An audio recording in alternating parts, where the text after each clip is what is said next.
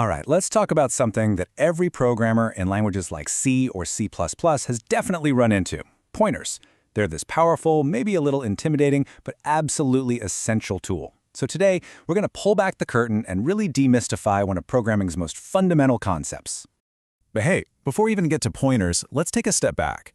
Ever just stop and wonder how your computer actually remembers where it puts everything when you run a program? Your data, your variables, all of it? Well, it's not magic. It all comes down to having a really, really good address system. And that system is your computer's memory. You see, to really understand pointers, we first have to take a little tour of the neighborhood where all our data lives, and that neighborhood is called RAM.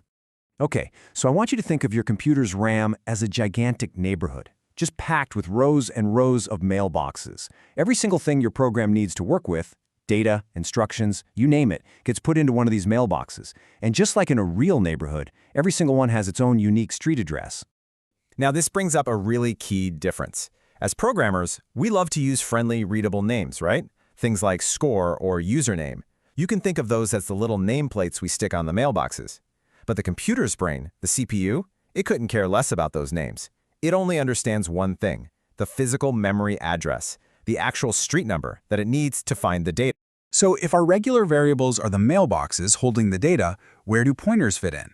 Well, you can think of them as the official address keepers of our little memory neighborhood. And this, right here, is the absolute most important thing to get.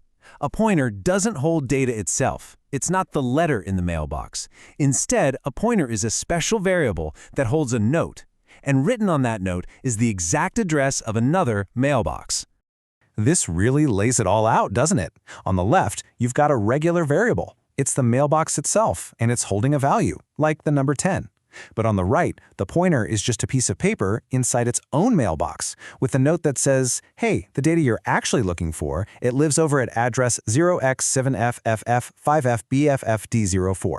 It just points the way. Okay, so we have these address notes. That's a cool idea, but how do we actually use them to get any work done? Let's dig into how we actually put these things into practice. It really boils down to two fundamental operations. First, you've got to get an address. You use the ampersand, or the address of operator, to look at any variable's mailbox and find its address, writing it down on your note. Second, you need to get the value. For that, you use the asterisk, or the dereference operator. This is like looking at the address on your note, walking over to that specific mailbox, and opening it up to get the value inside. Now, this ability to directly reach into memory and mess with things gives programmers an incredible amount of power. But, as you've probably guessed, with great power comes great responsibility, and the consequences of getting it wrong can be, well, pretty bad. This is the real heart of why pointers are so important. You're no longer just working with some abstract variable name. You are working with the memory map itself. You can even do this wild thing called pointer arithmetic, which is kind of like changing the address on your note to point to the mailbox next door, or maybe 3 doors down. It's incredibly fast and efficient. And here is the flip side. What happens if the address on your little note is smudged or just plain wrong? What if it points to an empty lot where a house used to be? Or worse, what if it points right into someone else's house? Yeah, if you try to use a bad pointer, things go wrong, and they go wrong fast. Trying to read from it might give you complete garbage data, which leads to your program behaving in all sorts of unpredictable ways. But trying to write data to that bad address? Whoa. You could overwrite something critical, corrupting your program's state, or just causing an immediate crash. These aren't just minor bugs. They're some of the hardest problems to track down, which is why handling pointers with care is a real mark of a skilled programmer. So you might be thinking, why on earth would we take these risks?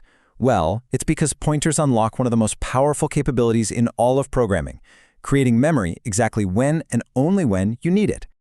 So your program basically has two main areas for memory. There's the stack, which is for all your standard variables where the size is known right from the start. But then there's the heap. The heap is just this big, open pool of available memory.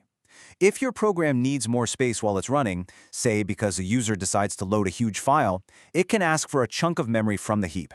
And the only way to keep track of that brand new chunk is with a pointer. This whole process is called dynamic memory allocation. You use the new keyword to basically tell the operating system, hey, build me a new mailbox out on the heap and give my pointer the address. Then, and this is super important, when you're finished with it, you must use delete to say, okay, you can tear that mailbox down now. If you forget to delete, you get what's called a memory leak, where your program just holds on to memory it doesn't need anymore. And that's really the key takeaway here. Pointers transform you from just a passive user of memory into an active architect. They let you build complex data structures, handle data of unknown sizes, and create programs that are truly flexible and powerful. So while pointers definitely demand care and respect, they aren't something to be feared. They're a direct line to the core of your machine. They're a tool of creation. And the only question that's left is, what will you build with them?